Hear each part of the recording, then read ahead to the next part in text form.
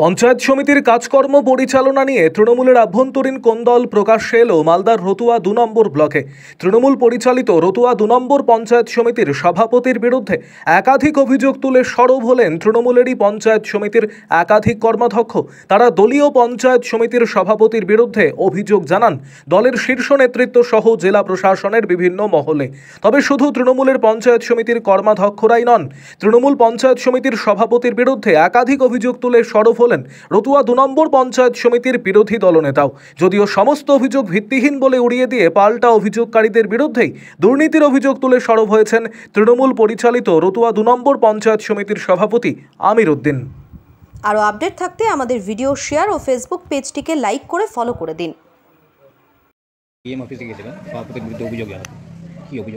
গতকাল আমরা অনেকজনই ছিলাম, আমাদের পঞ্চায়েত সমিতির মেজরিটি কর্মাধ্যক্ষ যারা আছি এবং সহকারী সভাপতির প্রতিনিধি উনিও ছিলেন আমাদের সাথে।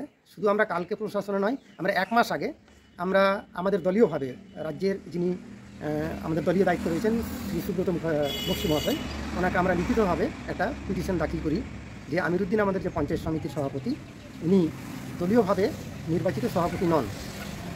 বিরোধী পক্ষের ভোটাভুটিতে উনি প্রস্তাব এবং সমর্থন বিরোধীরাই করেছেন এবং সভাপতি নির্বাচনে অংশগ্রহণের পর থেকে, সভাপতি হওয়ার পর থেকেই তার অ্যাটিটিউড, তার সমস্ত রকম একটা প্ল্যানটা হচ্ছে সমস্ত কর্মচারীকে, প্রশাসনের একটা ভয় দেখানো, একটা সমস্ত রকম এসডিও, বিডিও এবং জয়েন্ট বিডিও, সহকারী সভাপতি সবারই বিরুদ্ধে একটা কেস মামলা করে তিনি একটা কবজা করার চেষ্টা করেন।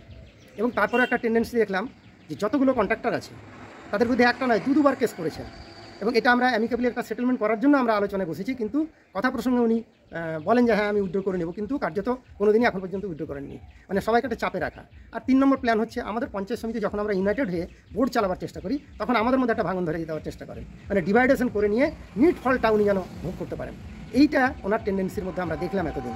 তারপরে আমরা দেখলাম যে প্রশাসনিক কাজগুলো আমাদের ব্যাহত হয়ে যাচ্ছে। অ্যাকশন প্ল্যান, তার বিভিন্ন রিক্রুটমেন্ট ব্যাপার থাকে, এটা পলিসি করে আমাদের জেলায় পাঠাতে হবে।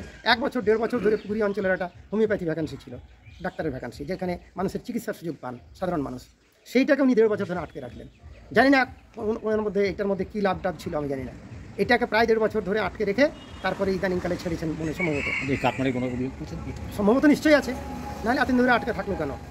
তারপরে দেখা যাচ্ছে যে ওনার গাড়ি, একটা সরকারিভাবে গাড়ি বরাদ্দ আছে, হয়তো 300 লিটার জ্বালানি সহ, প্রতি মাসে 300 লিটার জ্বালানি সহ তাকে প্রাইভেট গাড়ি, কলকাতার গাড়ি নাম্বার দিয়ে তাকে গাড়ি দিতে হবে।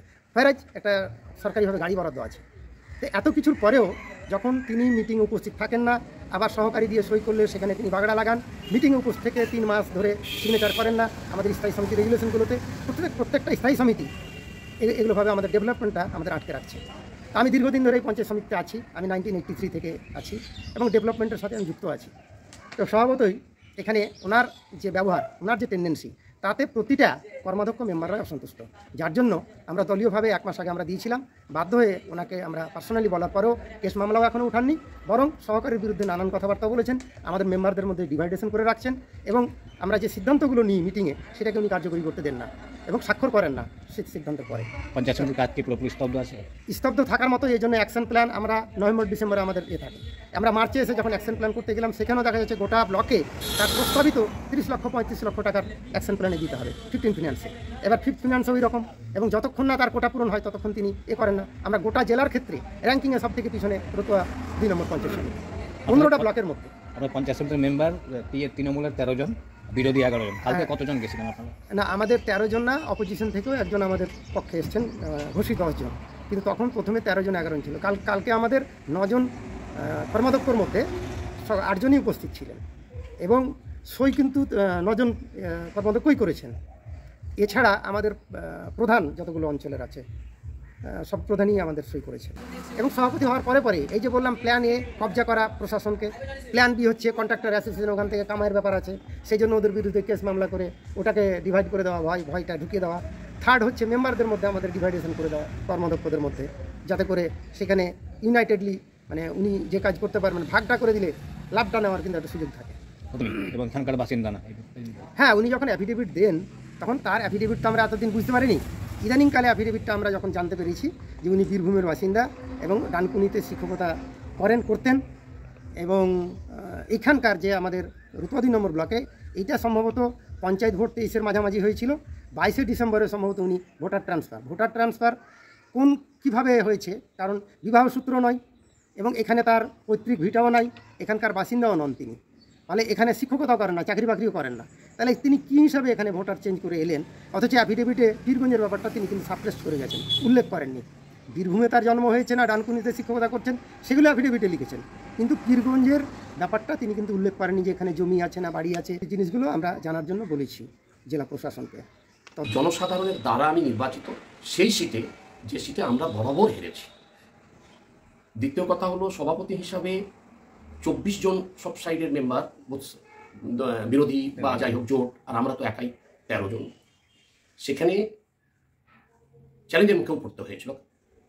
24-এর মধ্যে 22 জন আমাকে মেম্বার নির্বাচিত করেছেন, সেটা আপনারাও জানেন। পেন ডাউন যদি কোনো সময় হয়ে থাকে, সে অভিযোগ আমি প্রয়োজনে করেছি আমার প্রশাসনের কাছে জনস্বার্থে, এবং সেটা এনি টাইম এই চ্যালেঞ্জটা রাখতে পারবো বা পেরেছি জনসাধারণের স্বার্থে। আমি একজন শিক্ষক হিসাবে, নেতা পরের মমতা ব্যানার্জি অনুগামী হিসাবে, আর্টিফিশিয়াল অনুগামী নয়, ফ্রম দ্য একদম দল যখন প্রতিষ্ঠিত হয় তখন থেকে সমর্থক আর অ্যাক্টিভলি কাজ করেছি, সেটা সবাই জানে, দল জানে সব। সেখানে যদি মানুষ হ্যারাস হয় বিভিন্ন সরকারি সুযোগ সুবিধা পেতে, তারা যদি বিপদগ্রস্ত হয়, তাদেরকে যদি চলে বলে অসুবিধা হয়, তাহলে তো আমাকে জানাতে হবে। আমি অ্যাকাউন্টেবল, আমি রেসপন্সিবল। সবার শেষে আমি কিন্তু দায়িত্বশীল মানুষ হিসাবে নিজেকে রেখেছি এবং রাখতে চাই, সেটা কোনো প্রশ্ন নেই। কন্ট্রাক্টর, আমার এখানে কন্ট্রাক্টর, বহুরূপী কন্ট্রাক্টর কাজ করছে। Government can not be run by the contractors, এটা আমি বলেছি। আমার সর্বোচ্চ নেতৃত্বও জানে জেলা লেভেলের, যেখানে কেউ কখনই বিজেপি ভোট করছে জোটে বিজেপি থেকে তৃণমূলের নাম ধরে এসে কন্ট্রাক্টারি করে টাকা তুলবে, অনিয়মে কাজ হলে সেটা তো আমি বাধা দেবই। আমার প্রপারলি কাজ হতে হবে, কারণ আমার ডাইরেক্টর, আমি যার অনুগামী, তিনি হচ্ছেন মা মাটি মানুষের সরকার, যিনি আজও হাওয়াই চটি পরে, সাদা শাড়ি পরে, সারা বিশ্বে পুরস্কার নিয়ে এই সাধারণ মানুষের কাজ করে যাচ্ছেন। তো আমি কে? মিনিমাম তাকে তো আমাকে ফলো করতে হবে, নাহলে সভাপতি পদ থেকে সরে যেতে হবে। তাই করছি।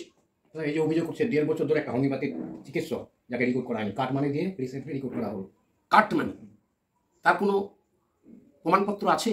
আমি চ্যালেঞ্জ করেছিলাম হোমিওপ্যাথি ডাক্তারের জন্য, একটা নয়, দুটো নয়, বোধহয় 3 বার চিঠি করেছি তাড়াতাড়ি তাকে প্রসেস করার জন্য, কিন্তু করেনি। সেই চিঠি যদি বক্তব্যের কোনো দাম নেই, পেপারসের দাম আছে। যদি এটা পেপারসে চ্যালেঞ্জ করে এবং রিটেন দেয়, আমি চ্যালেঞ্জটাকে ওয়েলকাম জানাবো এবং পুরস্কৃত করবো যে